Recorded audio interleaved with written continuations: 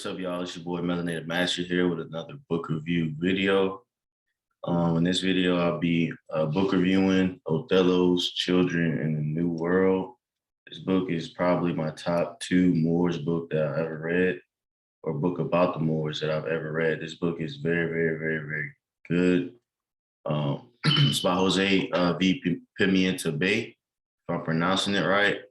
And Othello was basically a story written by Shakespeare talking about a Moorish general that lived in somewhere in Europe. And what happened was there was a Caucasian that was under that general that began to envy the general and get jealous of the general. So what he ended up doing was telling the Moorish general that his wife cheated on him, because at the time the Moorish general Othello had a Caucasian wife as well. So they ended up telling him that his wife cheated on him. He ends up killing his wife, and he ends up losing everything over it. So that was used as a I guess precursor, for lack of a better word, to this book, because that story was actually supposed to have been written around the 1600s, or sometime around 17th century. And I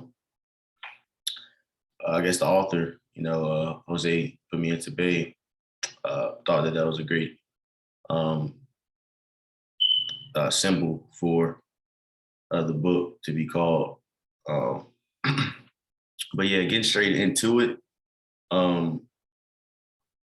This book talks about a lot. I mean, from when the Moors were over here in the Americas. So most of the book is based off the evidence and information that a lot of Moors or Aboriginal Moors were here in the Americas way before Christopher Columbus came over. Hence the title of the book, "The New World," in the New World, right? I mean, this book has so much good information. It was talking about how there was laws in the colonies made that prevented Moors from getting slaves, because when they came over here, Moors could own white slaves or any types of slaves. They were actually over here owning slaves. There's a story in this book about two of the people that Christopher Columbus came here with. I forget the two people's names, but there were two white people, Europeans, that came over here, and they ended up being sold to the American Indians as slaves, and in exchange for, I believe it was probably like food. It was either in exchange for food or other American Indian slaves. But yeah, this book talks about the Atlantic slave trade as well. And this reminds me of the book "Destruction of the Black Civilization" by Chance Williams, because this book also talks about the denationalization of the Black man, right? Because in this book, it starts off how we were Moors at the top, and then from Moors, we became Moriscos. That's a term that's used a lot in this book. And what a Morisco is basically a Moor that converted to Christianity. And once he converted to Christianity, he became known as a Morisco, slowly denationalizing them, because most Christians at the time were known to be of European origin. So went from Moors to Moriscos, and then from Moriscos, that's when you start going to, they would call them,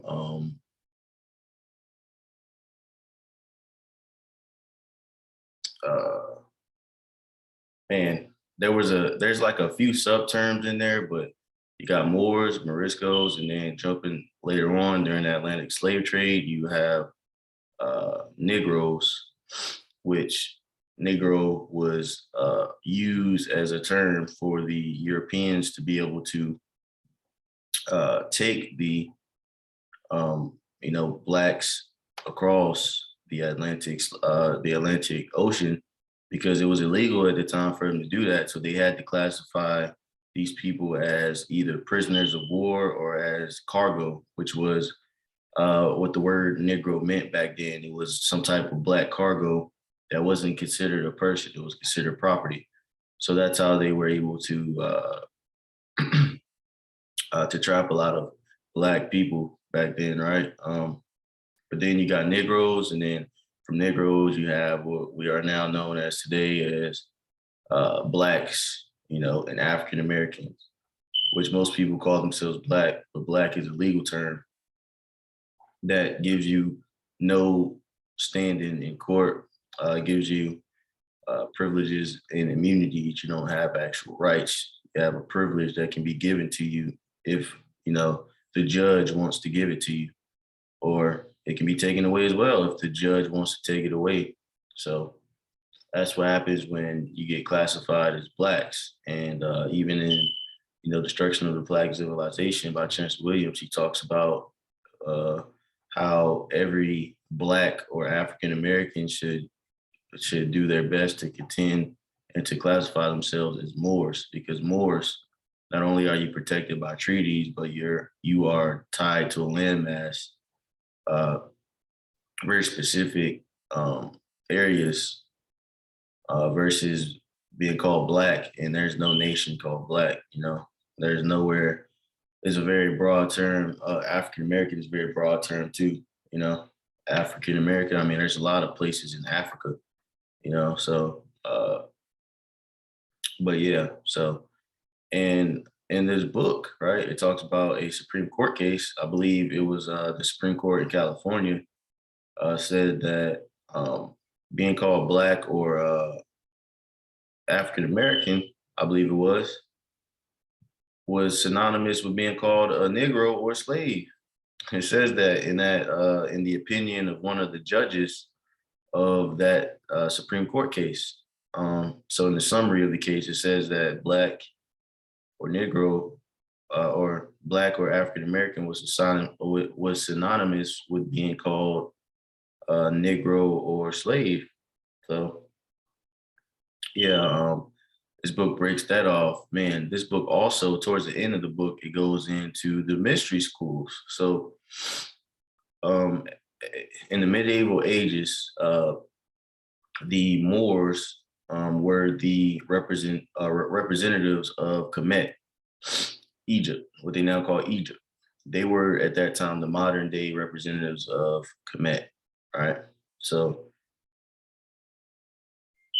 it talks about Freemasonry, right?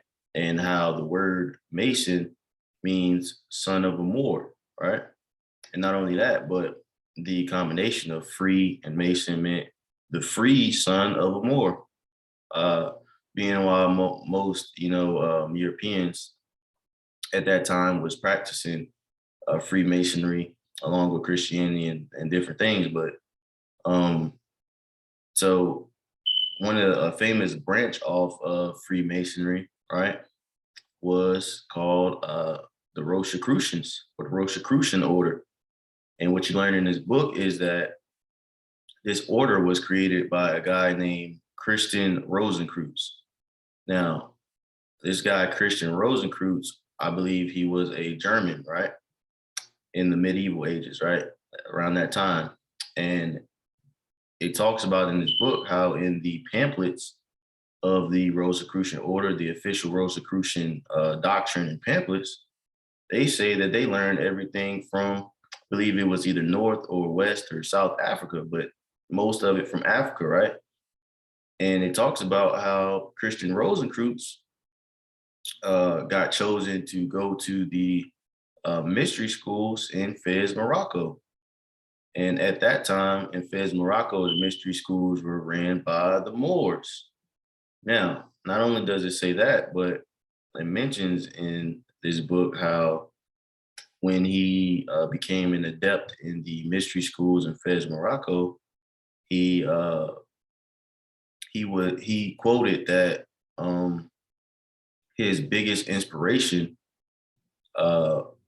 was Thutmose III. right? He said that that was his biggest inspiration, and that he really he was just really inspired by him, right? And uh, anybody who knows the Kemetan or Egyptian pantheon knows that Thutmose III was a black or Moorish ruler in the very, very ancient history or ancient times. So it was very interesting to see that. And it talks about when he went over to the mystery schools in Fez, Morocco, how the Moors taught him uh, all the secret sciences of life, and magic and all types of things. That's why I really believe that the medieval times, especially, which were around, anywhere from 500 to 1,000 years ago.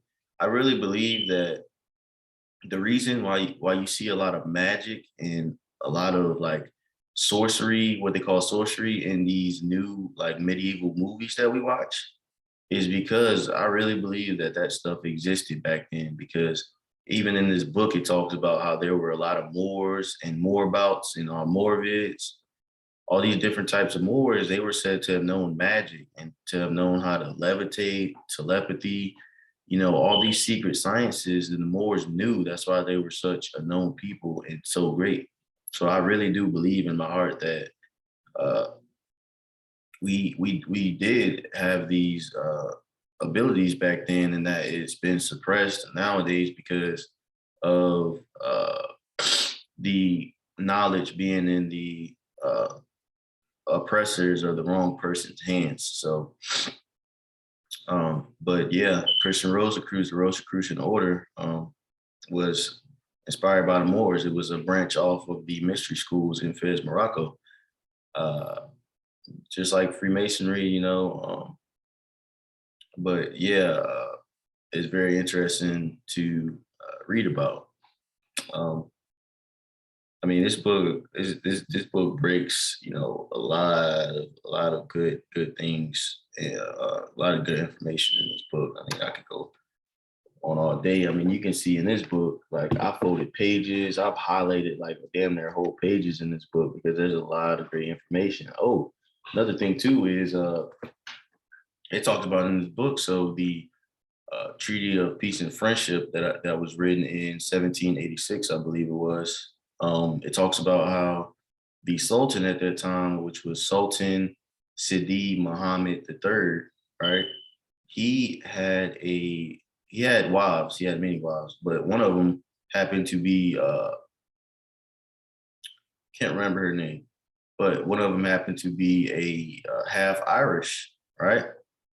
Coming from Ireland, and the son of them, of Sidi Muhammad, and his half Irish wife was was supposedly or allegedly allegedly came out very pale, right?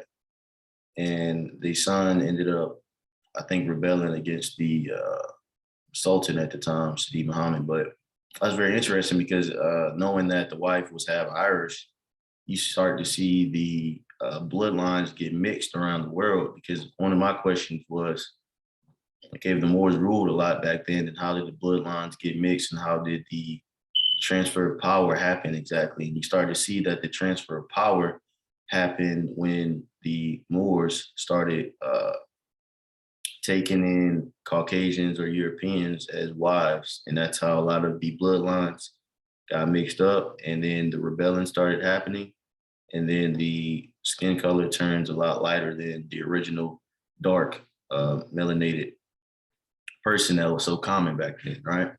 It talks about in this book too how in the pamphlets that we were just talking about of the Rosicrucian order, how uh, the Greco-Romans. So it doesn't say that it says that they learned most of that from Africa, right? But first it says in the pamphlets that they learned it from the Greco-Romans, right? Which was just the Greeks and the Romans, and that the Greeks and the Romans said that they learned that from the mystery school in Fez, Morocco. So that's how they worded in the book.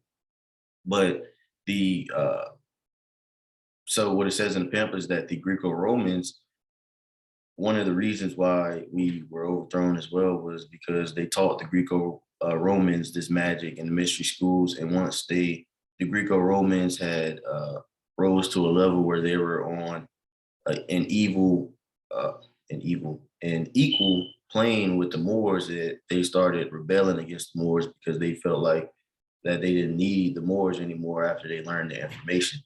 It sounds a lot like the